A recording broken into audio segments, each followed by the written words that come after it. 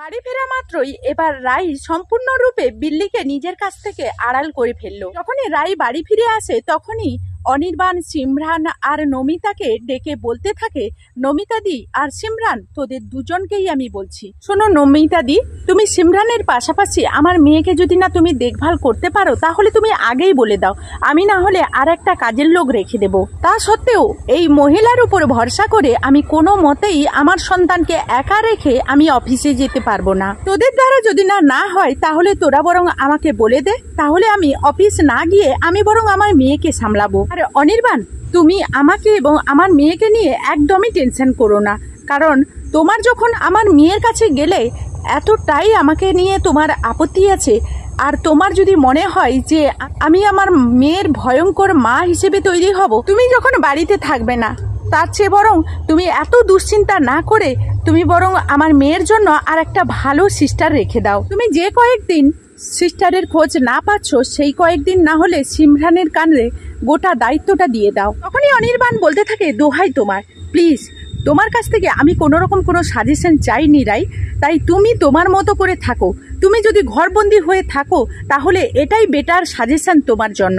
আমি চাই না আমার মেয়ের জীবনে তোমার মতো একটা মানুষ ইনভলভ হোক। তখনই সিম্মির হাতে রাই তার সন্তানকে তুলে দিয়ে বলতে থাকে, সিমরান, আমি তোমার হাতে আমার মেয়েকে তুলে দিয়ে একটু নিশ্চিন্ত হতে পারলাম, কারণ আমিও চাই না যে আমার উপরে যে অসুখের প্রভাবটা পড়ছে সেটা আমার মেয়ের উপরে কোনোভাবে পড়ুক। আর সত্যিই তো আমার মধ্যে এরকম অসুস্থতা দেখা দিয়েছে বলেই তাই তো অনির্বাণ আমাকে বারবার করে বলে দিচ্ছে যে আমি যাতে আমার মেয়ের থেকে দূরে থাকি। মানে সিমরান বলতে থাকে, অনির কথা তুমি কিছু মনে করো না রাই, আমি তোমাকে একটা কথা বলবো, তুমি বরং একটা সাইকিয়াট্রিস্টের সঙ্গে যোগাযোগ করো, যেখানে এই পুরো বিষয়টা নিয়ে তুমি আবার অদ্ভুত একটা ডিসিশন নিয়ে ফেলো না, যাতে এই গোটা বিষয়টা ভণ্ডল হয়ে যায়। জন্য হয়তো অনি তোমাকে এতটা ভুল বুঝছে, তাই অনির মনে সান্ত্বনা দেওয়ার জন্য হলেও আমি তোমাকে বলবো তুমি অন্তত এই মুহূর্তে একটা মানসিক রোগীর চিকিৎসকের সঙ্গে যোগাযোগ করো। ঠিক সেই মুহূর্তে রাই বলতে থাকে, না না, সাইকোলজিস্টের সঙ্গে যোগাযোগ করার কোনো প্রয়োজন নেই,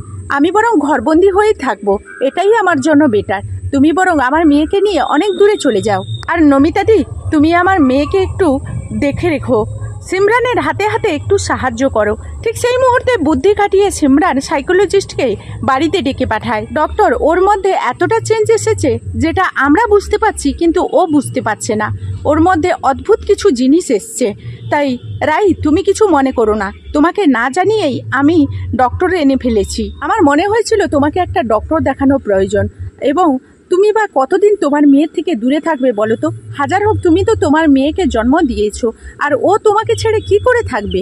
ওরও তো ওর মায়ের প্রতি টান আছে, আর সেই টানটা থেকে আমি কি করে ওকে ছিন্ন করে রাখি বলো তো? কথা বলা মাত্রই ডক্টর যখন রাইকে চেক আপ করে তখনই ডক্টর বলতে থাকে সিরিয়াস কন্ডিশন, এই মুহূর্তে ওনার সন্তানকে ওনার কাছে না দেওয়াটাই বেটার হবে, উনি মানসিকভাবে সম্পূর্ণরূপে বিপর্যস্ত হয়ে পড়েছে। তো বন্ধুরা, এই ছিল মিঠি ঝোড়ো ধারাবাহিকের নতুন আপডেট। তো চলো আমার ব্লগ ভিডিওর সঙ্গে কি করি না করি দেখতে থাকো।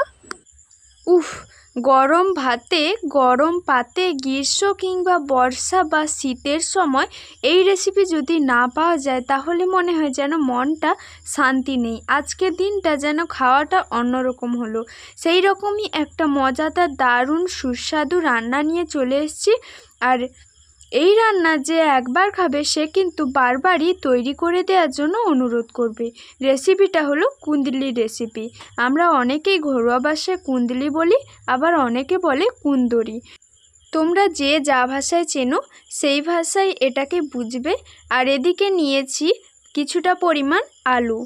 কুন্দলিগুলোকে আমি গোল গোল করে কেটে নিয়েছি, আর অবশ্যই কুন্দলি নরম দেখে নিতে হবে। আর এইদিকে আলুগুলোকে একদম ছোট ছোট সাইজ করে কেটে নিয়েছি। এই যে দেখো, একদম কুন্দলির সাইজ করে কেটে নিয়েছি। তো তোমরা চাইলে এখানে আলুটা স্কিপ করতে পারো, তবে এই রেসিপিতে আমার মনে হয় আলুটা সত্যিই ভালো লাগবে। তো আমি আজকের আমিষভাবেই রান্না করব, তোমরা চাইলে এটা নিরামিষভাবে বানিয়ে নিতে পারো। যে কোনো আমিষ কিংবা নিরামিষ এটা কিন্তু খেতে অসাধারণ লাগে। এখন কুন্দলি আর আলুটাকে খুব ভালোভাবে কেটে ধুয়ে পরিষ্কার করে নিয়েছি। এর মধ্যে মশলা মেশাবো, দিয়ে দিচ্ছি লবণ, দিয়ে দিচ্ছি হলুদের গুঁড়ো, আর দিয়ে দিচ্ছি কাশ্মীরি লাল লঙ্কার গুঁড়ো। তো তোমরা চাইলে কাশ্মীরি লঙ্কার গুঁড়োটা স্কিপ করতে পারো, চাইলে নাও দিতে পারো। এখানে চাইলে তোমরা কাঁচা লঙ্কাও ব্যবহার করতে পারো। এইবার এখানে নিয়েছি 1 চামচ বেসন। এই বেসনটা দিলেই কিন্তু এই রান্নার স্বাদ একদম বদলে যাবে। এখন এই সাধারণ মাত্র কিছু মশলা দিয়ে এটাকে খুব ভালোভাবে মিশিয়ে নেব। আর মাখানোর সুবিধার্থে এইগুলোকে একটা পাত্রে এইভাবে ছোট গামলায় নিয়ে নিলাম। মাখিয়ে এক সাইডে সরিয়ে রেখে দেবো। আবার একটা কড়াই বসিয়ে উনুনে দিয়ে দিচ্ছি সর্ষের তেল। তেলটাকে প্রথমে হাই হিটে গরম করে নিতে হবে, তারপর আঁচটা মিডিয়াম করে এখানে কুঁদলি আর আলুগুলোকে দিয়ে দিতে হবে। কুঁদলি আর আলুগুলোকে দেওয়ার পর আবারও আঁচটা হাই হিটে করে দিতে হবে আর এগুলোকে নাড়াচাড়া করে ভেজে নিতে হবে। যদি লো আঁচ করা হয় তাহলে এগুলো থেকে জল বেরোতে শুরু করবে আর এগুলো আর ভাজা হবে না। নাড়াচাড়া করে কিছুক্ষণ ঢাকনা দিয়ে আবারও মাঝে মধ্যে ঢাকনা খুলে এইভাবে 5 মিনিট মতো এগুলোকে ভেজে নিতে হবে। আর ভাজার পর মনে হবে এগুলোকে যেন খালি মুখেই খেয়ে নিই, এতটা সুন্দর একটা গন্ধ উঠবে আর এগুলো দেখতে যেমন হবে খেতেও তেমন। এখন এগুলোকে নামিয়ে নিচ্ছি একটা পাত্রে। এইভাবে একটা পাত্রে নামিয়ে সরিয়ে রেখে দিলাম।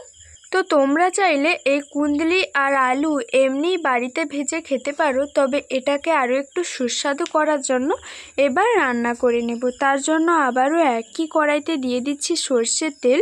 তেলটাকে গরম করে নেওয়ার পর এখানে দিয়ে দিচ্ছি 1/2 চামচ মতো 5 ফোড়ন। 5 ফোড়নটা খুব ভালোভাবে তেলের মধ্যে ভেজে নিতে হবে।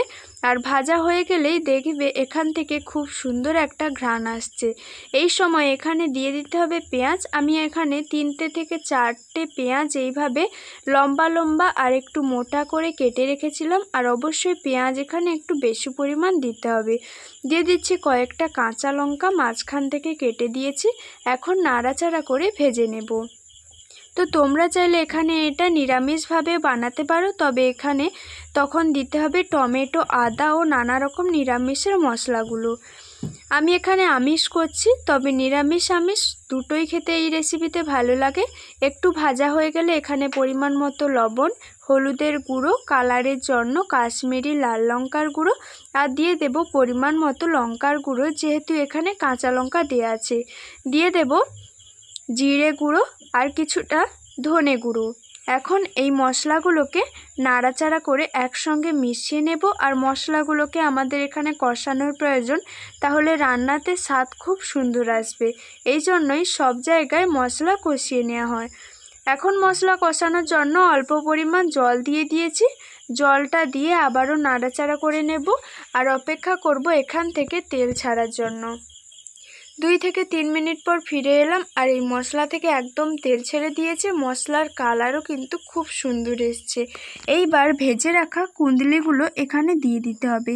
কুঁদলি আর আলুগুলো দেওয়ার পর আঁচটা লো করে দিতে হবে। তারপর সব কিছু নাড়াচাড়া করে একসঙ্গে মিশিয়ে বড়জোর 2 থেকে 3 মিনিট আবারও একটু কষিয়ে নিতে হবে, তাহলে এর স্বাদ আরও দ্বিগুণ হয়ে যাবে।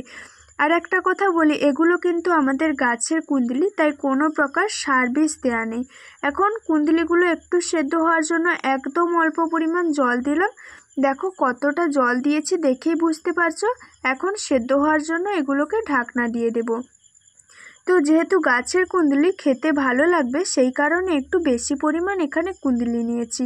আলু নিয়েছি কম পরিমাণ, তো তোমরা তোমাদের পরিমাণ মতো এখানে নিয়ে নেবে। ঢাকনা খুলে নিলাম আর এখন আমার কুঁদলি আলু রেসিপিটা প্রায় কমপ্লিট।